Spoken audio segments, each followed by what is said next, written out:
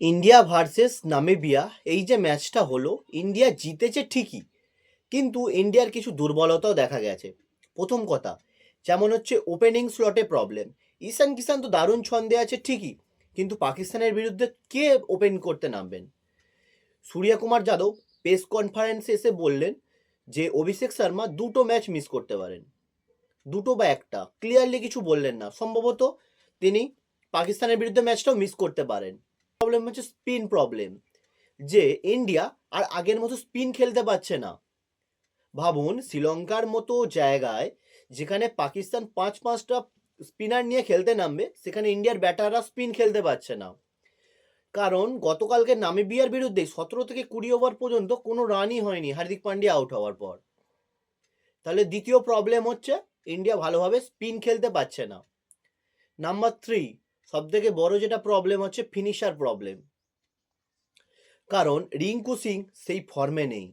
কারণ রিঙ্কু সিংয়ের নামই হচ্ছে, ওনাকে নেওয়া হয়েছে শুধুমাত্র ম্যাচ ফিনিশ করার জন্য, আর তিনি শেষের দিকে এসে স্ট্রাগল করছেন। কালকের ম্যাচে পুরো দেখা গেল যে রিঙ্কু সিং কতটা স্ট্রাগল করছেন স্পিনের বিরুদ্ধে। এটা হচ্ছে সব থেকে বড় প্রবলেম। আর একটা বড় প্রবলেম যেটা হচ্ছে পাকিস্তানের বিরুদ্ধে শ্রীলঙ্কায় যে খেলাটা আছে, সেখানে যদি স্পিনার খেলানো হয় তো কাকে খেলানো হবে, আর বসানোই বা কাকে হবে?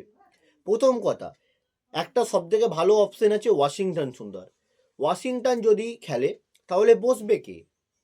দুজন বসার চান্স আছে, এক হচ্ছে অফ ফর্মে থাকা রিঙ্কু সিং, না হলে 2 নম্বর অপশন আছে যে কোনো একটা স্পেসারকে বসতে হবে।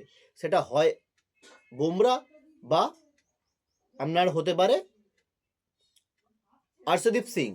অর্শদীপ সিং অবশ্যই হবে, বুমরা কখনোই বসবে না, কারণ ইন্ডিয়া পাকিস্তানের মতো বড় ম্যাচে সেখানে অর্শদীপকে বসতে হতে পারে।